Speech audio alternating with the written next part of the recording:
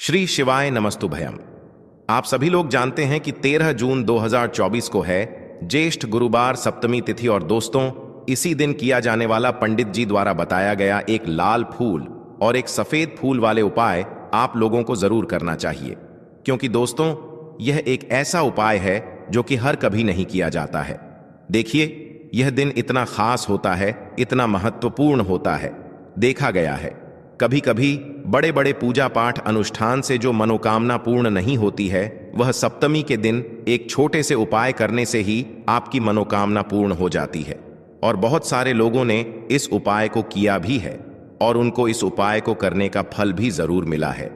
अगर आप लोग भी इस उपाय को इस सप्तमी के दिन करना चाहते हैं तो आप इस उपाय को पहले अच्छे से समझ लेना, सुन लेना, उसके बाद करना। आपको इस उपाय का फल जरूर मिलेगा। दोस्तों, हम आपको यहां पर बता दें कि यह जो एक लाल फूल और एक सफेद फूल वाले उपाय है, यह उपाय पंडित जी ने अपनी अभी की सीहोर की कथा में ही बताया है। और इस उपाय को करने से आपके घर में चाहे किसी भी प्रकार की दुख और समस्या क्यों ना चल रही हो, आपको उसका कारण भी नहीं पता है कि भाई यह समस्या किस कारण से चल रही है। उसका कुछ भी कारण हो सकता है, जैसे पितृदोष हो सकता है, काल सर्प दोष हो सकता है, या किसी भी तरह का मंगल दोष भी हो सकता है। और भी बहुत तरह के दोष होते हैं, कुछ भी हो सकता है। पर आपको इस उपाय को करने के लिए अपने दोष को पता लगाने की भी जरूरत नहीं है। आपके घर में किस कारण से इतनी दुख और परेशानी आ रही है, वह भी आपको पता लगाने की जरूरत नहीं है। सप्तमी के दिन इस पीपल के पानी की बिंदी वाले उपाय को आप लोगों को कर लेना है, क्योंकि इसी एकमात्र उपाय को करने से आपके पूरे घर परिवार में सुख और शांति हो जाएगी। आपके घर में अच्छे अच्छे काम होने लगेंगे। आपकी जो भी मनोकामना होगी वह भी धीरे धीरे करके पूर्ण होना शुरू हो जाएंगी। अब हम समझते हैं इस एक लाल फूल और एक सफेद फूल वाले उपाय को आपको करना कैसे है, किसको करना है, किस समय करना है और कैसे करना है। उपाय आसान है, बस समझने वाली बात है, इसलिए ध्यान से समझिए। उसके बाद ही आप लोग जो है इस उपाय को जरूर कीजिएगा। सबसे पहली चीज हम लोग यह समझते हैं कि इस एक लाल फूल और एक सफेद फूल वाले उपाय को इस आने वाले सप्तमी के दिन किसको करना है। तो देखिए, इस उपाय को घर के सभी सदस्यों को करने की बिल्कुल भी जरूरत नहीं है। घर में से कोई एक मुख्य बड़ा सदस्य ही इस उपाय को करेगा तो उस घर परिवार के सभी सदस्यों को इस उपाय को करने का फल मिल जाएगा। पर वो बड़ा सदस्य कौन होगा, कौन व्यक्ति इस उपाय को करेगा? तो यहां पर देखिए, हम आपको बता दें, घर की जो बड़ी माताएं बहनें होंगी, घर की बड़ी माताओं बहनों में से कोई भी एक माता बहन इस वाले उपाय को कर सकती है। अपने पूरे घर परिवार के लिए घर में सभी सदस्यों को इस उपाय को करने की जरूरत नहीं है। मात्र घर की जो बड़ी माताएं बहनें हैं, उनमें से कोई भी एक माता बहन इस वाले उपाय को करेगी तो उसके घर परिवार के पूरे सदस्यों को इस उपाय का फल मिलेगा। अगर किसी कारणवश माताएं बहनें घर में उपस्थित ना हो या वह इस उपाय को ना कर रही हो, कुछ दिक्कत हो, तो भाई उस जगह पर फिर घर का कोई बड़ा व्यक्ति भी इस उपाय को कर सकता है। माताओं बहनों के कहने का मतलब यह था कि माताएं बहनें घर की लक्ष्मी होती है। जब घर की लक्ष्मी कोई उपाय करती है तो निश्चित ही भगवान शिव जी बहुत जल्दी प्रसन्न होते हैं और उपाय का फल में बहुत जल्दी और बहुत बड़ा करके भी यहां पर देते हैं। तो आप लोग ये बात समझ गए होंगे। अब हम ये बात समझते हैं कि इस वाले उपाय को हमें करना किस समय है। एक लाल फूल और एक सफेद फूल वाले उपाय को हमें सप्तमी के दिन करना किस समय? तो देखिए, इस उपाय को करने का जो समय है वह सुबह का समय है और शाम का समय भी है। अब देखिए, यहां पर हम मुख्य रूप से सुबह का समय नहीं बोलेंगे, क्योंकि देखिए सप्तमी है और आप सभी लोग जानते हैं सप्तमी के दिन का प्रदोष काल का मतलब शाम का जो समय होता है ना, इस दिन भगवान शिव जी का सबसे प्रिय दिन होता है। तो आप लोग इस एक लाल फूल एक सफेद फूल वाले उपाय को सुबह के समय भी कर सकते हो और शाम के समय प्रदोष काल में भी कर सकते हो। सुबह के समय अगर कर रहे हो तो 10, 11, 12 बजे तक भी अगर उपाय करोगे तो भी आपको उपाय का फल मिलेगा। वहीं अगर शाम के समय कर रहे हो तो इस दिन जरूर शाम के समय का ध्यान रख खना कि शाम के 6 बजे से लेकर 7 बजे के बीच में अगर आप इस उपाय को कर सकते हो तो बिल्कुल कर लेना, पूरी कोशिश करना। पर अगर किसी कारणवश इस समय के बीच में ना कर पाओ तो 7 तई और रात 8 बजे तक भी अगर आप उपाय को करोगे तो आपको उपाय का फल जरूर मिलेगा। यह बात आपको समझ आ गई कि आप इस उपाय को सुबह और शाम दोनों समय कर सकते हो। मतलब करना आपको एक ही समय है, घर में से किसी एक ही बड़े व्यक्ति को करना है, पर एक ही बार इस उपाय को करना है, दोनों समय नहीं करना है। आपको जो समय अच्छा लगे आप उस समय पर इस वाले उपाय को कर सकते हैं। अब सबसे महत्वपूर्ण बात आती है कि इस उपाय को हमें करना किस लिए है। जैसा कि हमने अभी आपसे बोला कि इस उपाय को करने के बाद आपके जीवन में बहुत सारी खुशियां आएंगी, आपकी मनोकामनाएं पूर्ण होंगी, आपकी धन की समस्या दूर होगी, आपकी पैसों की समस्या दूर होगी। अब देखिए, अगर आप लोग सोच रहे हो कि भाई हमें घर बनाना है पर घर बनाने के लिए पैसा नहीं है, हमें गाड़ी लेना है पर गाड़ी लेने के लिए पैसा नहीं है, हमें जमीन लेना है पर जमीन लेने के लिए पैसों की कमी पड़ रही है, अगर ऐसी ही दिक्कत, परेशानी या किसी भी तरह की धन से जुड़ी हुई समस्या या पैसों से जुड़ी हुई समस्या अगर आपके जीवन में चल रही है, तो निश्चित ही यह प्रदूषण व्रत आपके जीवन में बहुत सारे फल लाकर दे सकता है। इसीलिए अगर आपके घर में बहुत ज्यादा दिक्कत, समस्या, परेशानी चल रही है, धन से जुड़ी हुई, पैसों से जुड़ी हुई धन की बहुत ज्यादा कमी आ रही है, पैसों की बिल्कुल आवक नहीं हो रही है, तो भाई आप लोगों को इस वाले उपाय को जरूर करना चाहिए। घर में से किसी एक भी बड़े व्यक्ति को अब इस उपाय में करना क्या है, वह सबसे पहले हम लोग जान लेते हैं। देखिए, उपाय की सामग्री हम लोग सबसे पहले जानते हैं कि इस उपाय में किस किस चीज की आवश्यकता पड़ेगी। तो देखिए, उपाय का नाम तो एक लाल फूल और एक सफेद फूल वाला उपाय है, पर इस उपाय में कुल मिलाकर 4 सामग्री हमें लगने वाली हैं। तो यहां पर हम लोग समझते हैं कि इस उपाय की सामग्री क्या है। तो देखो, उपाय की जो सामग्री है वह 4 सामग्री हैं, जिसमें से सबसे पहली सामग्री है एक बेलपत्र। क्या एक बेलपत्र क्या होती है? बेलपत्र जो शिव की शिवलिंग पर चढ़ती है। दूसरी चीज है एक शमी पत्र। शमी पत्र वह जो शिवलिंग पर ही चढ़ता है। तीसरी चीज है दोस्तों एक लाल फूल, जो उपाय का नाम है। तो एक यहां पर आपको लाल फूल लेना है। अब यह लाल फूल कौन कौन सा लोगे? देखो, शिवलिंग के ऊपर जो लाल फूल चढ़ता हो उनमें से कोई भी एक लाल फूल पसंद कर लेना, और वह कहीं से तोड़कर या कहीं से खरीद कर लेकर आना, और उस लाल फूल को उपाय में प्रयोग में लेना। उसके बाद में एक सफेद फूल का विशेष रूप से ध्यान रखना। जो सफेद फूल शिवलिंग पर चढ़ता हो, सिर्फ वही सफेद फूल लेकर आना, इसके अलावा कुछ मत लेकर आना। तो एक एक मात्रा में ही आपको यह चारों सामग्री चाहिए, एक बेलपत्र, एक शमी पत्र, एक लाल फूल और एक सफेद फूल। यह चारों सामग्री आप लोग तैयार करके रख लेना।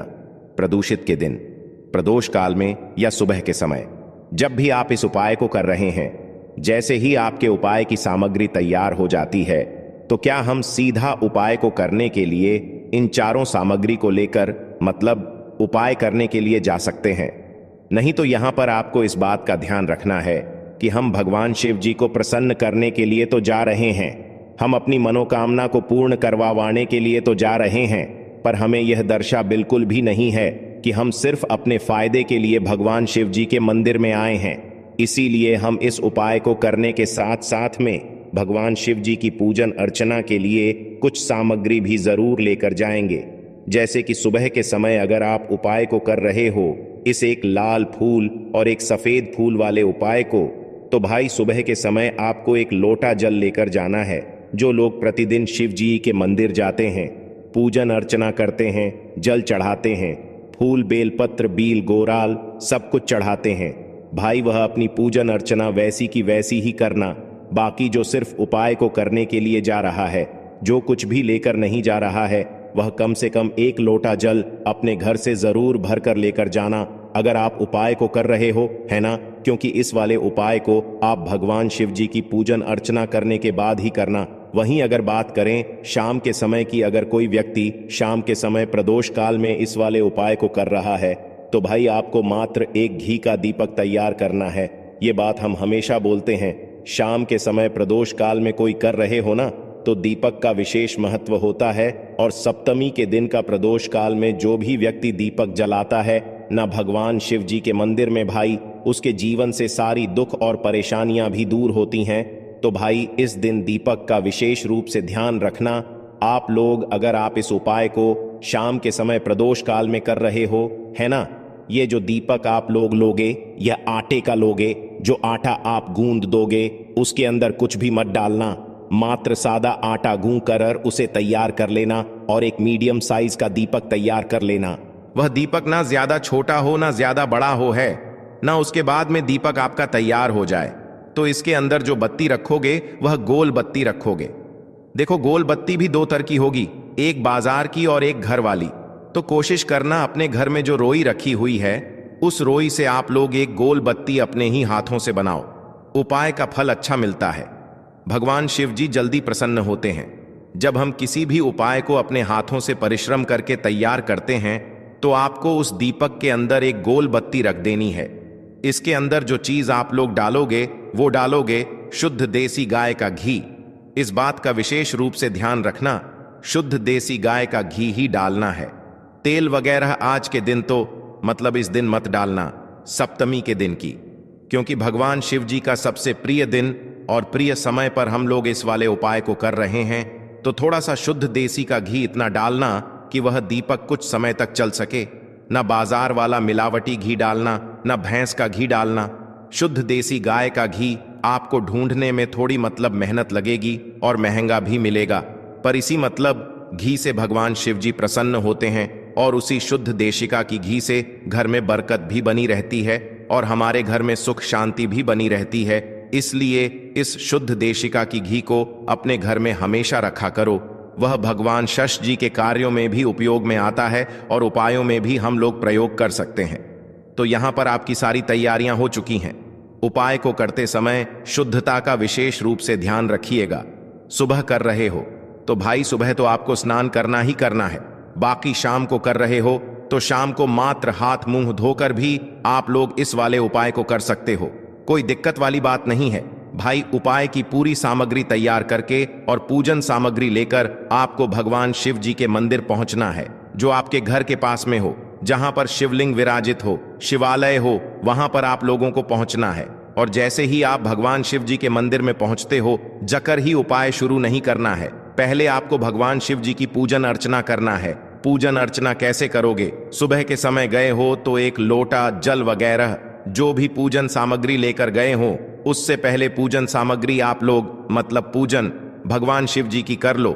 जो व्यक्ति सिर्फ एक लोटा जल लेकर गए हैं वह शिव जी की शिवलिंग पर मात्र एक लोटा जल एक धारा से धीरे धीरे करके चढ़ा लो, है ना। अपनी पूजन अर्चना आप लोग जो है पूरी कर लो पहले।